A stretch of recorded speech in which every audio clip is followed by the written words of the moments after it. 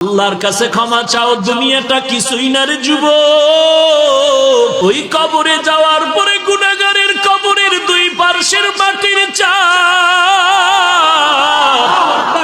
পাজরের হাড় চুরমার হয়ে যাবে। একটা নয়, দুটো নয়, 70 থেকে 99টা সাপের কবর। কবরের ভিতরে জাহান্নামের আগুন। এরে বান্দা, এখনো কি আল্লাহর রাস্তায় ফিরে আসবি না? আল্লাহ দেখায় দেয় দুনিয়ার বিল্ডিং এর আগুনে কত যুবকের লাশ, আর চিৎকারের আওয়াজ, বাঁচাও বাঁচাও।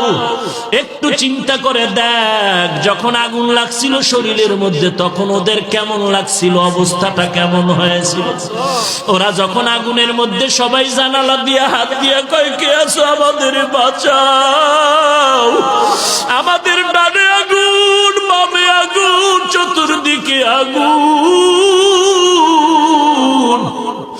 এই দুনিয়ার আগুন থেকে হাজার হাজার হাজার তাপের মাত্রার আগুন হবে জাহান্নামের আগুন। এর যুবক, পায়ে হাত রেখে বলি, পাও দুইটা আগাইয়া দাও। আমি তোর পায়ে ধরে বলি, আর গুনাহ করিস না রে যুবক, আর গুনার পথে যাইও না। নামাজ পড়ো, পর্দা করো, মা বাবার খেদমত করো, আল্লাহওয়ালাদের দোয়া নিয়ে চলো। আল্লাহর কাছে ক্ষমা চাও, দুনিয়াটা কিছুই না রে যুবক। পায়ে হাত রেখে বলি, এই যে বন্যা হয়ে গেল কয়েকদিন আগে, কত মানুষ বন্যায় মরে গেল। ঢাকার শহরে গাড়ির উপরে গাছ পড়লো, গাছে আঘাতে গাড়ির মধ্যে মানুষ মরে গেল। এরে বান্দা, এখান থেকে ঘরে যাওয়ার কোনো গ্যারান্টি নাই। আবার রাত্রেবেলা ঘুমাবি, ভোরবেলা উঠার কোনো গ্যারান্টি নাই। পায়ে হাত রেখে বলি, রে বাবা, তোর মতো যুবক স্কুলে পড়ে নামাজ ছাড়ে না, তুমি কেন পারবা না? তোমার মতো যুবক চাকরি করে নামাজ ছাড়ে না, তুমি কেন পারবা না? কিসের বাহাদুরি করো? কিছুই না।